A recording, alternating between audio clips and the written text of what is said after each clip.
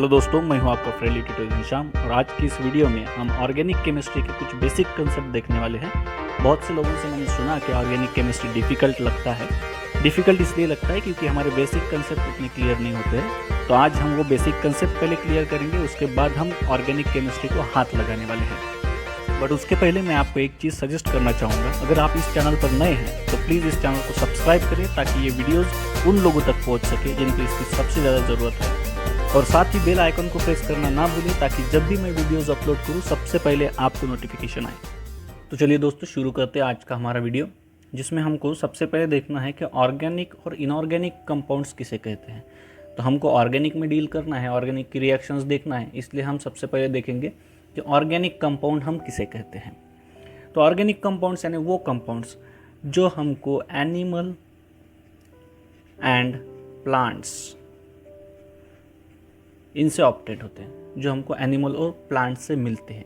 या फिर हम उसको अलग तरीके से कैसे सोच सकते हैं कि वो कंपाउंड जिसमें कार्बन होता है और कार्बन बाउंडेड होता है हाइड्रोजन, नाइट्रोजन, ऑक्सीजन्स इन एलिमेंट्स के साथ, तो उसे भी हम कह सकते हैं ऑर्गेनिक कंपाउंड। या तो ये डेफिनेशन हम प्रीफर करेंगे एनिमल एंड प्लांट्स वाली, या फिर ये वाली डेफिनेशन प्रीफर करेंगे।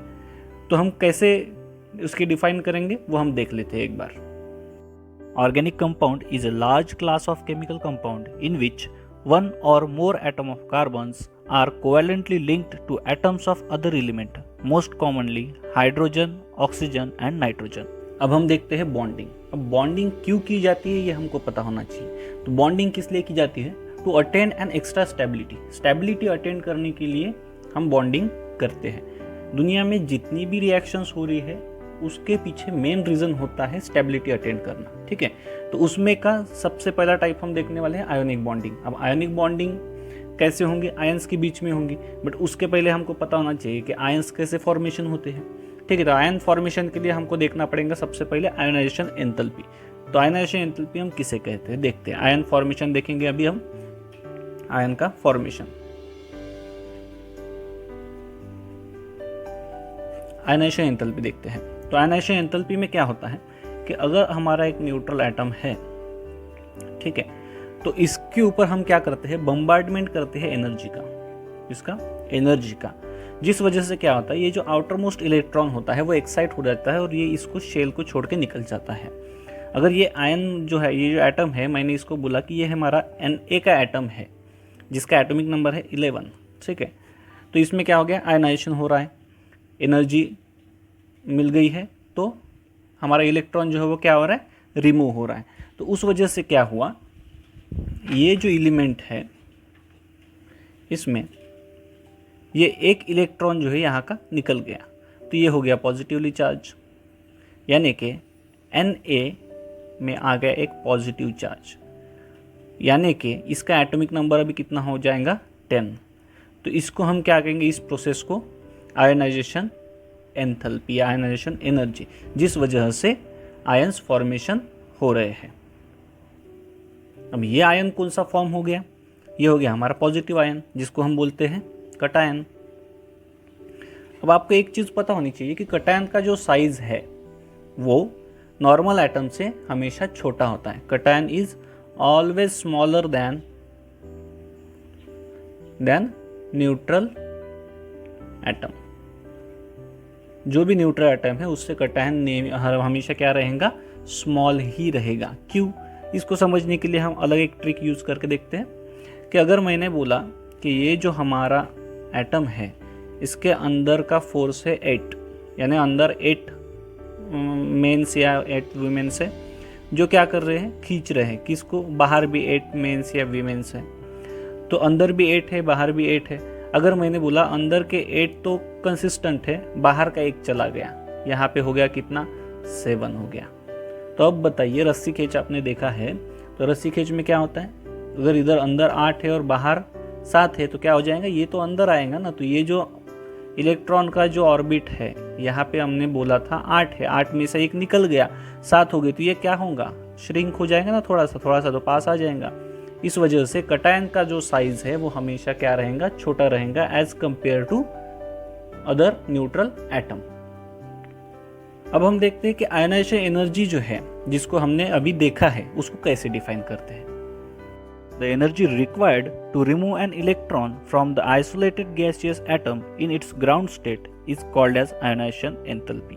अब हम देखते हैं इलेक्ट्रॉन गेन एंथैल्पी। ये तो प्रोसेस हो गया था, अब देखते हैं इलेक्ट्रॉन गेन एंथैल्पी कैसे होता है। तो इलेक्ट्रॉन गेन एंथैल्पी देखने के लिए हमको क्या करना पड़ेगा, फिर से एक बार हम स्ट्रक्चर ड्रॉ कर लेते हैं। अब इसमें क्या होगा, अब तक तो एनर्जी आ रही थी, अब मैं क्या बोल रहा हूँ, डेफिनेशन इलेक्ट्रॉन गेन एंथैल्पी। तो इसमें क्या होगा, इलेक्ट्रॉन का बम्बार्डमेंट होगा, फोर्सफुली मैं इलेक्ट्रॉन इस स्ट्रक्चर में डालना चाहता हूँ, तो क्या होगा, एनर्जी जो है वो, एक्स्ट्रा की एनर्जी जो है वो क्या हो जाएंगी, रिमूव हो जाएंगी। अगर मैं इस जो एटम है इसको मैं बोलता हूँ क्लोरीन का एटम, जिसका एटॉमिक नंबर कितना रहेगा, 17 रहेगा, तो क्या होगा, एक्स्ट्रा इलेक्ट्रॉन आ रहा है तो एनर्जी रिमूव हो रही है। ये हो गया हमारा क्या, इलेक्ट्रॉन गेन एंथैल्पी। तो क्या होगा यहाँ पे, ये जो है हमारा ये निगेटिवली चार्ज हो जाएगा। क्यों, क्योंकि एक्स्ट्रा इलेक्ट्रॉन आया है, तो क्लोरीन निगेटिव बन जाएगा, तो इसका एटॉमिक नंबर बन जाएगा 18। समझ रहे हैं यहाँ पे क्या हो रहा है, यहाँ पे एनायन फॉर्मेशन हो रहा है। तो एनायन का साइज हमेशा क्या रहेगा, न्यूट्रल एटम से लार्जर रहेगा। एनायन का साइज क्या रहेगा, लार्जर रहेगा। तो देख लेते हैं कि इलेक्ट्रॉन गेन एंथैल्पी को हम कैसे डिफाइन कर सकते हैं। The enthalpy change that takes place when an electron is added to an isolated gaseous atom in its ground state is called electron gain enthalpy. अब हमने तो देख लिया आयन कैसे फॉर्म होते हैं, अब इन दोनों के बीच में बॉन्डिंग कैसे होती है ये भी तो देखना पड़ेगा। हमारे पास कौन सा एटम बन गया है, Na+ और Cl-, तो मैं लिख लेता हूँ यहाँ पे Na positive plus Cl negative. और पॉजिटिव और नेगेटिव के बीच में इलेक्ट्रोस्टैटिक फोर्स ऑफ अट्रैक्शन होता है, ये आपको पता है। हमने देखा था कि positive repel each other, positive negative attract और नेगेटिव रिपेल। ये चीज़ें हमको पता है। इलेक्ट्रोस्टैटिक फोर्स ऑफ अट्रैक्शन होने की वजह से ये दोनों भी एक दूसरे की तरफ क्या हो जाएंगे, अट्रैक्ट होंगे, और हमारा बनेगा NaCl, जिसको हम बोलते हैं टेबल सॉल्ट। ये अगर आपको समझ में आ गया है तो ठीक है, नहीं तो और एक दूसरी मेथड से हम देख सकते हैं इसको कैसे हो सकता है। अगर मैं बोलता हूँ कि Na जो है उसका एटॉमिक नंबर है 11, तो इसका इलेक्ट्रॉनिक कॉन्फ़िगरेशन कैसे बनेगा, 1s2 2s2 2p6 3s1। तो उसको मैं ऐसे भी लिख सकता हूँ 1s2 का 2 2s2 2p6 का दोनों का मिला के 8 और लास्ट में बचता है 1, तो 281 ऐसे इलेक्ट्रॉनिक कॉन्फ़िगरेशन बनेगा। वैसे ही क्लोरीन का भी लिख सकता हूँ 17 के लिए 2 8 और 7। अब हमारे पास ऑक्टेट रूल है जो हम इसी वीडियो में आगे देखने वाले हैं। तो ऑक्टेट रूल क्या कहता है कि लास्ट के जो शेल है उसमें 8 इलेक्ट्रॉन हो तो ही वो एटम जो है वो इलेक्ट्रॉन जो है एलिमेंट जो है वो क्या रहेगा, स्टेबल रहेगा। तो इसके पास तो 7 है, इसको 1 चाहिए, इसके पास 1 है, अगर ये हटा दे तो इसके पास लास्ट शेल में 8 इलेक्ट्रॉन बन जाएंगे। तो ये क्या करता है, यहाँ का जो इलेक्ट्रॉन है इसको डोनेट कर देता है। तो इसका डोनेशन हुआ इसलिए यहाँ पे Na पॉजिटिव हो जाता है और ये Cl नेगेटिव होता है। और इन दोनों के बीच में क्या होता है, फिर से हमने देखा इलेक्ट्रोस्टैटिक फोर्स ऑफ अट्रैक्शन की वजह से वो दोनों भी पास में आ जाते हैं और दोनों के बीच में इलेक्ट्रोस्टैटिक फोर्स ऑफ अट्रैक्शन की वजह से आयोनिक बॉन्डिंग बनती है। अब हम देखते हैं कोवैलेंट बॉन्डिंग। अब एक चीज़ आपको याद रखना है कि कोवैलेंट बॉन्डिंग जो है वो आयनिक बॉन्डिंग से थोड़ी सी वीक होती है, ठीक है, बहुत ज़्यादा फर्क नहीं होता है, बट आयनिक बॉन्डिंग से कोवैलेंट बॉन्डिंग वीक होती है। अब कोवैलेंट बॉन्डिंग देखने से पहले कोवैलेंट बॉन्डिंग किसे कहते हैं ये हम देख लेते हैं। तो उसको कैसे डिफाइन करेंगे, शेयरिंग ऑफ इलेक्ट्रॉन। क्या बोलेंगे उसको, शेयरिंग ऑफ इलेक्ट्रॉन। जिसमें शेयरिंग होगी उसको कोवैलेंट बॉन्ड बोलेंगे। कोवैलेंट यानी दोनों के बीच में शेयरिंग होगा। अब कोवैलेंट बॉन्डिंग समझने से पहले हमको पता होना चाहिए ऑक्टेट रूल किसे कहते हैं और लेवाइस डॉट स्ट्रक्चर कैसे होता है। अब ऑक्टेट रूल क्या बोलता है, ऑक्टेट रूल बोलता है कि जो तुम्हारा आउटर मोस्ट ऑर्बिट है, जो तुम्हारा आउटर मोस्ट ऑर्बिट है उसमें तुम्हारे 8 इलेक्ट्रॉन्स अगर है तो वो एलिमेंट तुम्हारा स्टेबल रहेगा। अगर 8 इलेक्ट्रॉन्स है तो वो एलिमेंट तुम्हारा स्टेबल रहेगा। और दूसरा क्या है इसके अलावा, अब जैसे हाइड्रोजन अगर मैं लेता हूँ तो हाइड्रोजन के पास तो अगर 2 भी एटम मैं लेता हूँ उसके H2 मॉलिक्यूल बनाता हूँ तो भी उसके अंदर 2 के ऊपर इलेक्ट्रॉन्स नहीं जा सकते। तो इसके लिए और क्या सॉल्यूशन है, तो नोबल गैस जो कॉन्फ़िगरेशन है, नोबल गैस का जो कॉन्फ़िगरेशन आता है वो भी अगर अटेंड करते हैं तो भी वो क्या बन जाता है, स्टेबल बन जाता है। तो हमारे पास दो ऑप्शन है, एक आउटर मोस्ट इलेक्ट्रॉनिक कॉन्फ़िगरेशन जो है या आउटर मोस्ट ऑर्बिट जो है उसमें 8 इलेक्ट्रॉन होनी चाहिए तो स्टेबल बनेगा, या फिर नोबल गैस कॉन्फ़िगरेशन अटेंड किया तो स्टेबल बनेगा। ये हो गया हमारा ऑक्टेट रूल के हिसाब से, ठीक है। अब लेवाइस डॉट स्ट्रक्चर किसे बोलते हैं? अब लेवाइस डॉट स्ट्रक्चर हम 11th में देख चुके हैं, फिर भी एक बार देखते हैं कि अगर मैं बोलता हूँ हाइड्रोजन एटम मेरे पास है तो हाइड्रोजन के पास कितने इलेक्ट्रॉन से एक्सटर्नल ऑर्बिट में या फिर आउटर मोस्ट ऑर्बिट में एक इलेक्ट्रॉन बचता है, इसके पास एक ही है तो मैं एक डॉट देता हूँ, इसलिए इसको बोलते हैं डॉट स्ट्रक्चर। अगर मैं बोलता हूँ क्लोरीन है तो क्लोरीन के लास्ट में कितने इलेक्ट्रॉन बचते हैं? 7। अभी हमने देखा था उसके इलेक्ट्रॉनिक कॉन्फ़िगरेशन, 7 इलेक्ट्रॉन्स बचते हैं, तो मैं दे देता हूँ 1 2 3 4 5 6 और 7 इलेक्ट्रॉन्स। ऑक्सीजन के पास कितने बचते हैं? 1s2 और बाद में 6 बचते हैं, तो 1 2 3 4 5 और 6, ठीक है। और कार्बन के पास कितने बचते हैं? 4, तो 1 2 3 और 4। ये हो गए किसके structure? Levi's dot structure of carbon, oxygen, chlorine और हाइड्रोजन का। अब इसका फायदा बॉन्डिंग में कैसा होता है वो हम देखते हैं। हमको पता होना चाहिए कि आउटर मोस्ट ऑर्बिट जो है उसमें 8 इलेक्ट्रॉन आना चाहिए तो ही कोवैलेंट बॉन्डिंग बनेगा और वो स्टेबल बनेगा, ठीक है। तो अब देखते हैं, सबसे पहले हम देखते हैं निकाल के H2O का स्ट्रक्चर, ठीक है। उसके लिए हम क्या लेंगे? ऑक्सीजन। अब ऑक्सीजन मॉलिक्यूल ले लिया, यहाँ पे 2 डॉट, यहाँ पे 2 डॉट, 1 डॉट 1 डॉट, ठीक है। इसको मैं एक सर्कल कर देता हूँ। अब ऑक्सीजन के साथ हम क्या अटैच करने वाले हैं? हाइड्रोजन। तो मैंने यहाँ पे हाइड्रोजन ले लिया, हाइड्रोजन के पास एक ही इलेक्ट्रॉन है तो ये एक इलेक्ट्रॉन यहाँ पे रख लिया। इस हाइड्रोजन के पास भी एक इलेक्ट्रॉन है, ये भी रख लिया। अब मैं इसको ऐसा अगर ड्रॉ करता हूँ तो हो गया मेरा structure, Levi's dot structure of H2O molecule. अब इसका फ़ायदा क्या है? इसमें आप देख पा रहे हैं कि ऑक्सीजन जो है उसने ऑक्टेट कंप्लीट कर लिया है। ऑक्सीजन के पास 1 2 3, इसका भी एक पकड़ना पड़ेगा क्योंकि शेयरिंग हो रहा है, तो 1 2 3 4 5 6 7 8 ऑक्सीजन ने ऑक्टेट कंप्लीट कर लिया है। और हाइड्रोजन के पास भी 2 2 हो गया है, 1 2 1 2। तो अब हाइड्रोजन ने क्या कर लिया है? नियरेस्ट जो है वो नोबल गैस कॉन्फ़िगरेशन जो आता है हीलियम, तो हीलियम का इलेक्ट्रॉनिक कॉन्फ़िगरेशन यानी कि H2, तो 2 इलेक्ट्रॉन्स उसने अटेंड कर लिए हैं, यानी हीलियम का इलेक्ट्रॉनिक कॉन्फ़िगरेशन उसने भी अटेंड कर लिया है, इसीलिए H2O मॉलिक्यूल में कोवैलेंट बॉन्डिंग बनती है, ठीक है। और एक हम क्या देख सकते हैं इसका एग्जांपल, CCl4 अगर लेते हैं तो यहाँ पे कार्बन ले लिया, इसके पास कितने डॉट है? 1 2 3 4, 4 डॉट है। और क्लोरीन लेता हूँ मैं, क्लोरीन के पास कितने डॉट है? 7 डॉट है, तो 1 2 3 4 5 6 और एक इसके पास हो गया ये 8, 1 2 3 4 5 6 7 8, ठीक है। यहाँ पे भी अगर क्लोरीन 1 2 3 4 5 6 7 8, यहाँ पे भी अगर क्लोरीन ड्रॉ करता हूँ 1 2 3 4 5 6 7 8, ठीक है। हर एक क्लोरीन ने ऑक्टेट कंप्लीट कर लिया है, 1 2 3 4 5 6 7 8, 1 2 3 4 5 6 7 8, 1 2 3 4 5 6 7 8, 1 2 3 4 5 6 7 8। और साथ ही साथ कार्बन ने भी तो ऑक्टेट कंप्लीट कर लिया है। कार्बन का देख लीजिए 1 2 3 4 5 6 7 8, यानी कि ये दोनों भी मॉलिक्यूल्स ने ऑक्टेट कंप्लीट कर लिया है, इसीलिए ये स्टेबल बनता है। यानी कि कोवैलेंट बॉन्डिंग में क्या होने वाला है? हमारा शेयरिंग ऑफ इलेक्ट्रॉन होने वाला है। इसको अगर मैं अलग तरीके से दिखाता हूँ तो कैसे बनेगा? कार्बन, क्लोरीन, क्लोरीन, क्लोरीन और क्लोरीन, तो इसका एक इलेक्ट्रॉन और इसका एक, इसका एक, इसका एक, इसका एक, इसका एक, ठीक है। अब ये जो शेयर्ड पेयर है, ये जो दोनों की बीच की शेयर्ड पेयर है वो कहाँ पे रहेंगी उसको डिफाइन करने के लिए हमको पता होना चाहिए इलेक्ट्रोनेगेटिविटी। जो ज़्यादा इलेक्ट्रोनेगेटिव होगा उसके तरफ वो थोड़ा सा झुक जाएगी। जैसे क्लोरीन इलेक्ट्रोनेगेटिव है तो ये थोड़ा सा किसकी तरफ जाएंगी? क्लोरीन की तरफ खिसक जाएंगे। अगर इस कार्बन से भी इधर का जो एटम रहेगा, सपोज मैंने X ले लिया, वो इलेक्ट्रोनेगेटिव कम है तो क्लोरीन की तरफ, कार्बन की तरफ सरक जाएंगे। ये समझ गया? अब हम देखते हैं ऑक्सीडेशन और रिडक्शन। ऑक्सीडेशन को कैसे डिफाइन करेंगे? इसको 4-5 तरीके से डिफाइन कर सकते हैं, हम 3 तरीके से करते हैं। सबसे इजी क्या है? Addition of oxygen, addition of oxygen, या फिर removal of hydrogen, removal of hydrogen.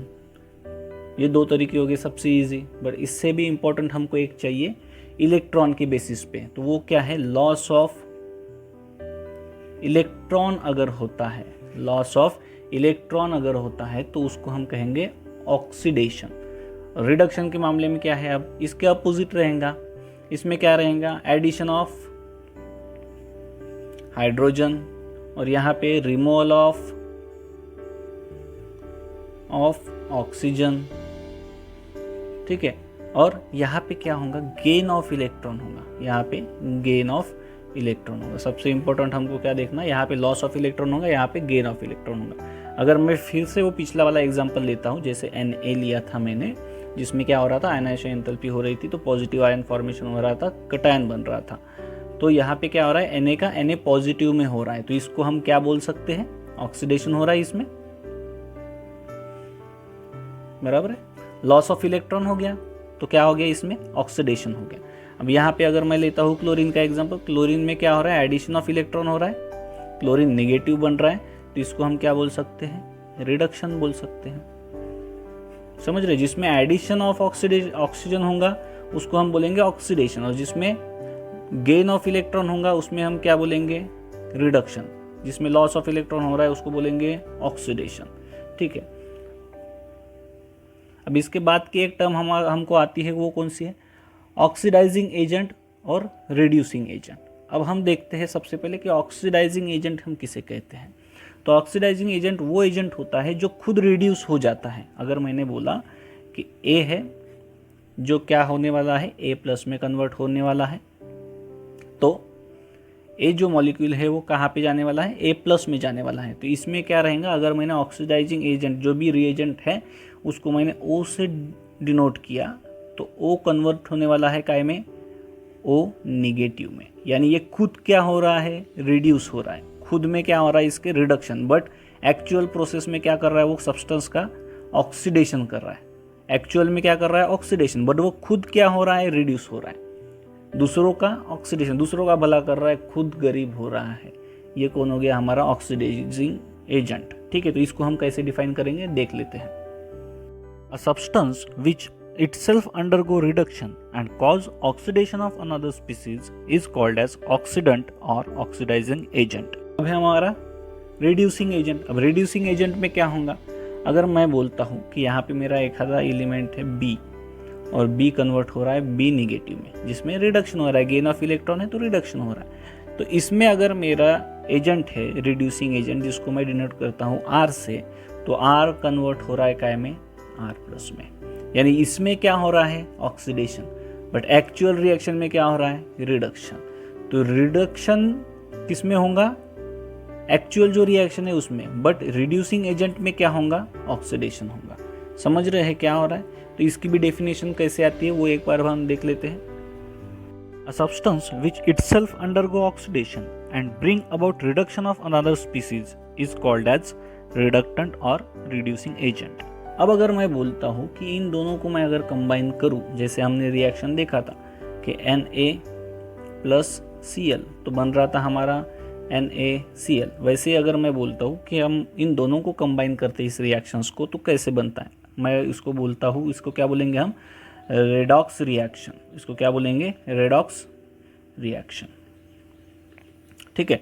तो रेडॉक्स रिएक्शन के लिए हम देखते हैं एग्जाम्पल, Mg अगर मैंने लिया प्लस ऑक्सीजन एडिशन किया, इसको 1/2 करता हूँ, हाफ एक ही मॉलिक्यूल चाहिए मेरे को, एक ही एटम चाहिए, तो Mg+O2, तो ये बनाएगा क्या, Mg2+, ये ऑक्सीडाइज हो जाएगा, प्लस O2 निगेटिव, यानी कि मैग्नीशियम क्या हो रहा है, ऑक्सीडाइज हो रहा है। Mg का Mg2+ बन गया, A का प्लस, और ऑक्सीजन का निगेटिव में कन्वर्जन होगा।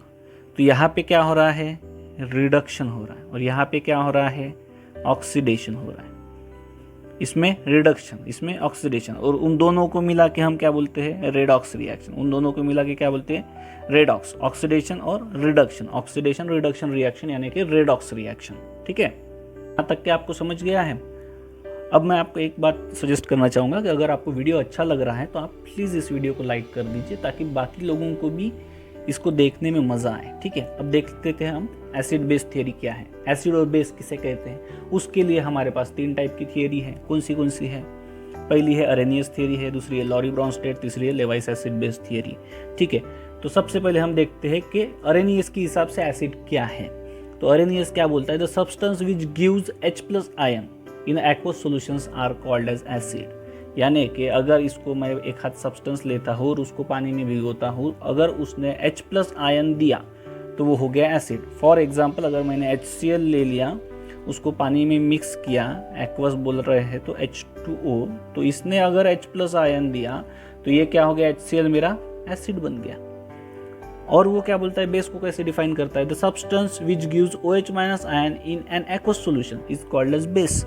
वो बोलता है कि अगर इसने OH- आयन दिया तो वो बेस हो जाएगा। जैसे कि NaOH लिया मैंने और उसको भी मैंने अगर पानी में मिक्स कर दिया H2O, और उसने अगर OH- दिया आयंस, OH- Na+OH-, तो OH- आयन अगर उसने दिया तो वो क्या हो गया, मेरा बेस बन गया। ये किसने कहा, अरेनियस के हिसाब से। अब लॉरी ब्रॉन्स्टेड क्या कर रहा है, लॉरी ब्रॉन्स्टेड ने बोला कि एसिड कौन रहेगा, जो भी प्रोटॉन डोनर रहेगा। प्रोटॉन अगर डोनेट करता है, प्रोटॉन डोनर है, यानी कि क्या है, H+ को हम प्रोटॉन बोलते हैं। तो अगर प्रोटॉन डोनर है तो वो एसिड है, और प्रोटॉन एक्सेप्टर है तो वो कौन है, वो बेस है। ठीक है, लॉरी ब्रॉन्स्टेड के हिसाब से समझ गया। अब देखते हैं लेवाइस एसिड बेस के हिसाब से। अब लेवाइस एसिड बेस कैसे डिफाइन करते हैं, इसमें हम देखते हैं लेवाइस एसिड हम किसको बोलेंगे, तो species having tendency to gain electron pair are called as acid. जिसको इलेक्ट्रॉन पेयर गेन करेगा, जो इलेक्ट्रॉन पेयर गेन करेगा उसे हम कहेंगे एसिड, और जो इलेक्ट्रॉन पेयर को डोनेट करेगा उसे हम कहेंगे बेस। जो एक्सेप्ट करेगा वो हो गया हमारा एसिड, जो डोनेट करेगा वो हो गया हमारा बेस। इसका एग्जांपल अगर हम देखना चाहें तो कैसे देखेंगे, अगर H+ लिया मैंने और साथ में NH3 मॉलिक्यूल लिया, अगर ये फॉर्मेशन कर रहे हैं NH4 पॉजिटिव, इसमें 4 के ऊपर पॉजिटिव किया आया, इसके लिए हम बाद में देखने वाले हैं वीडियोस में। ठीक है, पहले ये देख लेते हैं कि H+ और NH3। तो अब ये क्या हो रहा है, इलेक्ट्रॉन पेयर गेन करेगा कौन, H+। क्यों, क्योंकि ये पॉजिटिवली चार्ज है ना, तो इसको क्या चाहिए होगा, हमेशा निगेटिव चार्ज चाहिए होगा। तो ये हमेशा इलेक्ट्रॉन को क्या करेगा, एक्सेप्ट करने का ट्राई करेगा। तो जो भी इलेक्ट्रॉन पेयर को गेन करेगा वो क्या था हमारा लेविस के हिसाब से, एसिड। तो ये हो गया हमारा एसिड। और NH3 क्या है, वो डोनेट करने वाला है किसको, H+ को, तो वो क्या हो गया हमारा बेस। समझ रहे, ये एसिड ये बेस, किसके हिसाब से, लेवाइस के हिसाब से। ये तीनों थियरीज आपको समझ गई, बहुत ही ईजी है, वन शॉट में पढ़ते हैं तो बहुत ही अच्छे से समझ में आ जाती है। अब देखते हैं हम रिएक्शन इंटरमीडिएट। अब रिएक्शन इंटरमीडिएट समझने के लिए हमको फिजन पता होना चाहिए। फिजन यानी क्या होता है, बॉन्ड ब्रेकिंग यानी फिजन होता है। क्या होता है, बॉन्ड ब्रेकिंग यानी फिजन होता है। बॉन्ड ब्रेक होना चाहिए तो उसको हम बोलेंगे फिजन। अब फिजन 2 टाइप का होता है, एक है होमोलिटिक और दूसरा है हेटेरोलिटिक। अब होमोलिटिक और हेटेरोलिटिक फ्यूजन के हिसाब से हमको रिएक्शन इंटरमीडिएट मिलने वाले हैं। कौन से, एक रहेगा कार्बोकटायन, एक रहेगा कार्बन आयन और एक रहेगा कार्बन रेडिकल। ठीक है, एक रहेगा C+, एक रहेगा C- और एक रहेगा C.। प्लस यानी कार्बोकटायन, माइनस यानी कार्बन आयन और डॉट यानी कार्बन रेडिकल। ये तीनों भी हमको मिलेंगे इससे, होमोलिटिक और हेटेरोलिटिक फ्यूजन से। अब मैं बोलता हूँ होमोलिटिक को हम कैसे डिफाइन करेंगे, जिसमें इक्वल डिस्ट्रीब्यूशन ऑफ इलेक्ट्रॉन रहता है और इक्वल डिस्ट्रीब्यूशन ऑफ इलेक्ट्रॉन करेंगे, उसको हम बोलेंगे क्या, होमोलिटिक फ्यूजन। यानी कि अगर एक बॉन्ड है और दोनों ने काट के एक एक ले लिया तो वो हो गया होमोलिटिक। और हेटेरोलिटिक में क्या रहेगा, अनइक्वल रहेगा, जिसमें अनइक्वल इलेक्ट्रॉन डिस्ट्रीब्यूशन रहेगा, उसको हम बोलेंगे हेटेरोलिटिक फ्यूजन। ठीक है, तो होमोलिटिक का एक आध एग्जांपल देखते हैं। अगर मैंने बोला C और C बॉन्ड जो है वो कोवैलेंट बॉन्ड है, अभी हमने देखा, तो C बॉन्ड के बीच में अगर इसमें होमोलिटिक फ्यूजन होता है, कैसे हो सकता है, H यानी कि लाइट की वजह से हो सकता है, हीट की वजह से भी हो सकता है, या फिर कोई अगर केमिकल रिएजेंट यूज़ करते तो उससे भी हो सकता है। एक ही रिएक्शन में तीनों लिखने की ज़रूरत नहीं है, तो मैं लिख रहा हूँ क्योंकि आपको समझ में आ जाए एक ही शॉट में।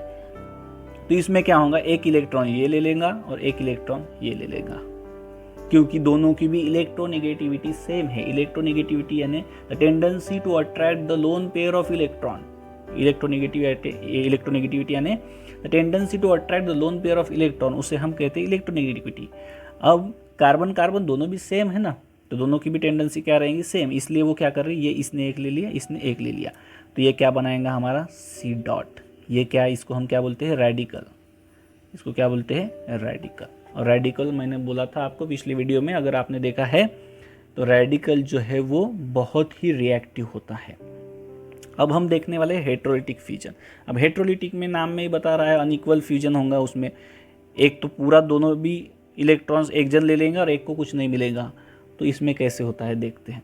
अगर मैं बोलता हूँ कि CX लेता हूँ, अब X क्या रहेगा, कोई भी एटम रहेगा, कोई भी एलिमेंट रहेगा, देखते हैं, ठीक है। अब X अगर मोर इलेक्ट्रोनेगेटिव है, X अगर मोर इलेक्ट्रोनेगेटिव है, किससे, कार्बन से, मोर इलेक्ट्रोनेगेटिव, तो क्या करेंगे वो, यहाँ की जो लोन पेयर है वो अपनी तरफ खींच लेंगे और कार्बन को कुछ नहीं मिलेगा, तो कार्बन क्या बन जाएगा, पॉजिटिव। जब भी बॉन्ड ब्रेक होगा तो ये दोनों भी इलेक्ट्रॉन्स जो है वो ये खींच लेंगे, तो क्या बन जाएगा, X निगेटिव और कार्बन पॉजिटिव, तो ये क्या हो गया हमारा कार्बोकैटायन बन गया। और अगर मैं बोलता हूँ कि यहाँ पे CX लेता हूँ और X जो है वो लेस इलेक्ट्रोनेगेटिव है, X जो है वो कार्बन से लेस इलेक्ट्रोनेगेटिव है, तो क्या करेंगे, कार्बन खींच लेगा, क्या, ये जो शेयर्ड पेयर है वो जब बॉन्ड ब्रेक होगा तब, तो यहाँ पे क्या बनेगा, कार्बन नेगेटिव बनेगा और X पॉजिटिव। तो हमको सिर्फ कार्बन से मतलब है, कार्बनियन बन गया, कार्बोकैटायन बन गया, तो हमको तीनों भी रिएक्शन इंटरमीडिएट्स मिल गए, रेडिकल मिल गया, कार्बोकैटायन मिल गया, कार्बो अनायन मिल गया, ठीक है। अब इसकी स्टेबिलिटी क्या होती है ये भी हमको पता होना चाहिए, क्यों, क्योंकि रिएक्शन करते वक्त हमको पता होना चाहिए कि अगर 2 ऑप्शन है तो पहले कौन जाके अटैक करेगा। तो स्टेबिलिटी देख लेते हैं क्या क्या हो सकती है।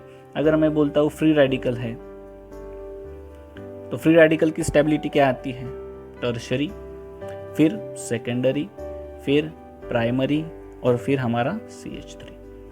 ये क्या हो रहा है ये समझ रहा है क्या, टर्शरी यानी क्या होता है, अगर C के साथ 3 कार्बन अटैच है तो ये हो गया मेरा टर्शरी, ये हो गया रेडिकल, ठीक है। अगर मैं बोलता हूँ सेकेंडरी तो ये हो गया CH3 हो गया हमारा सेकेंडरी। और मैं बोलता हूँ प्राइमरी, तो प्राइमरी कैसे बनेगा, CH3 C डॉट, ये हो गया प्राइमरी। और हमारा CH3 C के साथ कुछ भी अटैच नहीं है, सब हाइड्रोजन अटैच है। तो फ्री रेडिकल का क्या आता है, CH3 सबसे पहले सबसे ज़्यादा स्टेबल रहेगा, सेकेंडरी उसके बाद फिर प्राइमरी और उसके बाद CH3। क्यों, ऐसा क्यों होता है, इसके पीछे का भी रीज़न याद चाहिए ना, नहीं तो सिर्फ रट्टा थोड़ी मारेंगे, रट्टा मारेंगे तो ये रिएक्शंस कभी ज़िंदगी में समझ में नहीं आएंगे। तो क्यों, इसको रेजोनेंस करने के लिए 3 जगह है, इसको रेजोनेंस के लिए ये जो रेडिकल है 3 जगह है उसके लिए, ये यहाँ पे भी जा सकता है, यहाँ पे भी जा सकता है, यहाँ पे भी जा सकता है, इसलिए ये सबसे ज़्यादा स्टेबल है। इसको रेजोनेंस के लिए कितनी जगह है, 2 ही जगह है, यहाँ पे जा सकता है या फिर यहाँ पे जा सकता है, 2 ही जगह, इसलिए इससे कम है। इस पे एक ही जगह, इस पे जगह ही नहीं है, हाइड्रोजन के साथ थोड़ी ना रेजोनेट करेगा, उसको कार्बन चाहिए था रेजोनेट करने के लिए, इसीलिए ये सबसे कम रहेगा। अब अगर मैं बोलता हूँ कार्बन आयन लेते हैं, कार्बन आयन लेते हैं तो कार्बन आयन की टेंडेंसी क्या रहेगी, सबसे पहले मिथिल रहेगा, निगेटिव चार्ज है, फिर प्राइमरी, फिर सेकेंडरी। ऐसा क्यों, क्योंकि CH3 जो ग्रुप है वो इलेक्ट्रॉन डोनेटिंग ग्रुप है, वो क्या करेंगे, इलेक्ट्रॉन डोनेट करेंगे, इलेक्ट्रॉन डोनेटिंग ग्रुप है। बट यहाँ पे तो ऑलरेडी इसके पास क्या है, नेगेटिव चार्ज है, तो यहाँ पे अगर नेगेटिव चार्ज है तो ये डोनेशन क्यों लेगा, उसके पास ऑलरेडी पैसा है तो वो क्यों दूसरे से डोनेशन लेगा, वो ऑलरेडी नेगेटिव चार्ज है और वो ऊपर से नेगेटिव लेंगे तो अनस्टेबल नहीं बन जाएगा। तो इसीलिए वो नेगेटिव चार्ज उसके पास होने की वजह से सबसे ज़्यादा स्टेबल कौन रहेगा, CH3, क्योंकि उसको डोनेट कोई नहीं कर रहा है, फिर प्राइमरी, फिर सेकेंडरी। और कार्बोकैटायन के मामले में क्या होता है, इसमें तो बहुत ही सिंपल है, इसमें क्या रहेगा, टर्शरी, फिर सेकेंडरी, फिर प्राइमरी और फिर CH3। ऐसा क्यों, क्योंकि इसको तो चाहिए ना, ये पॉजिटिव है, उसको नेगेटिव चार्ज कोई भी दे रहा है, देव बाबा देव, क्यों, ये गरीब है तो इसको कितना भी डोनेशन दो वो क्या ना बोलने वाला है क्या, नहीं। तो ये पॉजिटिव है तो वो सबकी तरफ से नेगेटिव चार्ज अट्रैक्ट कर सकता है, इसलिए कार्बोकैटायन की स्टेबिलिटी क्या रहेंगे, टर्शरी, फिर सेकेंडरी, फिर प्राइमरी और फिर CH3। और अब हम हमारा देखते हैं लास्ट वाला पोर्शन, जिसमें हम देखने वाले हैं टाइप्स ऑफ रिएक्शन। अगर आपको ये वीडियो पसंद आता है तो आप कमेंट में बताइए, इसके ही ऊपर का थोड़ा सा बेसिक कंसेप्ट और थोड़े से ज़्यादा बेसिक कंसेप्ट मैं आपके लिए और एक वीडियो बनाऊंगा, बट आपको कमेंट करना पड़ेगा इसके सेक्शन में, वीडियो के सेक्शन में, ठीक है। देखते हैं हम क्या है एडिशन रिएक्शन। एडिशन में क्या होगा, a plus B, A B बनाएगा। इसका एग्जाम्पल अगर देखना है हमको तो कैसे देखेंगे, अगर मैंने बोला H2 प्लस N2 ये दोनों मिल रहे हैं तो बनाएगा NH3। अब इसके लिए हमको आना चाहिए, रिएक्शन बैलेंस करते हुए आना चाहिए। तो कैसे करेंगे, यहाँ पे कितने हाइड्रोजन है, 2 हाइड्रोजन, यहाँ पे 3, तो अब इनको क्या करना पड़ेगा, एलसीएम निकालना पड़ेगा। इसको किससे मल्टीप्लाई करूँ मैं, 3 से अगर मल्टीप्लाई करता हूँ 3 दूना 6 हो गए। तो यहाँ पे भी मैनेज करना पड़ेगा, यहाँ पे 3 है तो यहाँ पे क्या करूँ 2, 3 दूना 6 हो गया, ये एडजस्ट। अब देखते हैं नाइट्रोजन, नाइट्रोजन 2 है तो नाइट्रोजन दोनों एडजस्ट हो गया। एडिशन रिएक्शन मेरी कंप्लीट। तो एडिशन में क्या होगा, ए प्लस बी, ए बी बनाएगा। अब अगर मैं बोलता हूँ डिकम्पोजिशन रिएक्शन है तो उसमें क्या होगा, अब इसको इसमें अगर कन्वर्ट करते तो हो गया डिकम्पोजिशन। जैसे कि अगर एक नया एग्जांपल देखते हैं, HgO लेता हूँ मैं तो Hg प्लस O। अब O अकेला नहीं रहता है इसलिए O2, तो अगर यहाँ पे O2 लिखा तो मेरे को क्या लिखना पड़ेगा, यहाँ पे 2, और यहाँ पे 2 लिखा तो Hg के सामने भी 2 हो गया ये, ठीक है। उसके बाद देखते हैं डिस्प्लेसमेंट। डिस्प्लेसमेंट में क्या होगा, एक की जगह दूसरा। जैसे हम शादी में जाते हैं खाना खाने के लिए तो वहाँ पे क्या होता है, जैसे एक जन उठ के गया तो उसकी जगह पे दूसरा आके बैठ जाता है, तो वैसे ही यहाँ पे होगा डिस्प्लेसमेंट होगा। AgNO3 है और साथ में अगर मैंने NaCl लिया तो क्या होगा, ये जो पॉजिटिव आयन है दोनों भी Na और Ag ये अपनी जगह बदल लेंगे, तो क्या बनेंगे AgCl प्लस NaNO3, यानी ये Na इसकी जगह पे गया और ये Ag इसकी जगह पे, AgCl बन गया और NaNO3 बन गया। तो ये क्या हो गया, डिस्प्लेसमेंट। किस वजह से, क्योंकि ये इसके साथ कंफर्टेबल है और ये इसके साथ कंफर्टेबल है, इसकी इलेक्ट्रोनेगेटिविटी बाकी की जो चीज़ें हैं उसके वजह से ये इसके साथ कंफर्टेबल बन गया। अब देखते हैं इलिमिनेशन। इलिमिनेशन हम किसे बोलेंगे, कंडेंसेशन। इलिमिनेशन किसे बोलेंगे, जिसमें से एक आध एलिमेंट इलिमिनेट हो रहा है, जिसमें से एक आध कंपाउंड निकल रहा है, उसको हम बोलेंगे इलिमिनेशन। जैसे कि सबसे ईजी एग्जाम्पल हमारा NaOH लिया, बेस है मेरा, और HCl लिया, इन दोनों को क्या कर रहे हैं हम, रिएक्ट कर रहे हैं, तो क्या बनाएगा, सॉल्ट बनाएगा, क्या, NaCl, टेबल सॉल्ट हमारा। और साथ में क्या होगा, H2O मॉलिक्यूल निकल जाएगा, यहाँ का OH यहाँ का H, H2O मॉलिक्यूल निकल जाएगा, इसलिए क्या बोल रहे हैं, इलिमिनेशन रिएक्शन बोल रहे हैं। यहाँ से क्या निकल गया, H2O मॉलिक्यूल माइनस हो गया, तो ये होगी हमारी इलिमिनेशन, सबसे ईजी इलिमिनेशन रिएक्शन, ठीक है। अब देखते हैं कंबशन। कंबशन क्या यानी क्या, जलाना, in presence of oxygen. In presence of oxygen, जब भी हम किसी चीज़ को जलाते हैं तो उसको हम बोलेंगे कंबशन रिएक्शन। जैसे कि अगर मैंने लिया मीथेन CH4 प्लस ऑक्सीजन लिया तो ये क्या बनाएगा, CO2 प्लस H2O, ठीक है, CO2 प्लस H2।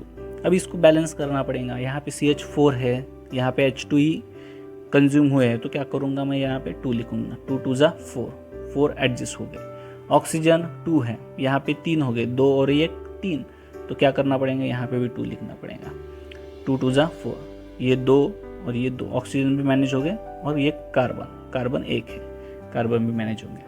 तो इस तरह से हमारे ये टाइप्स ऑफ रिएक्शन हो गए। इतने ही नहीं है, और टाइप्स ऑफ रिएक्शन है, बट हम अभी इसमें ही रुकते हैं। Thank you for watching this video. इस चैनल को सब्सक्राइब कीजिए और नोटिफिकेशन के लिए नीचे दिए गए बेल आइकन को दबाएं, और हाँ, इसे शेयर करना ना भूलें ताकि जिन लोगों को इसकी ज़रूरत है उन तक पहुंच सके।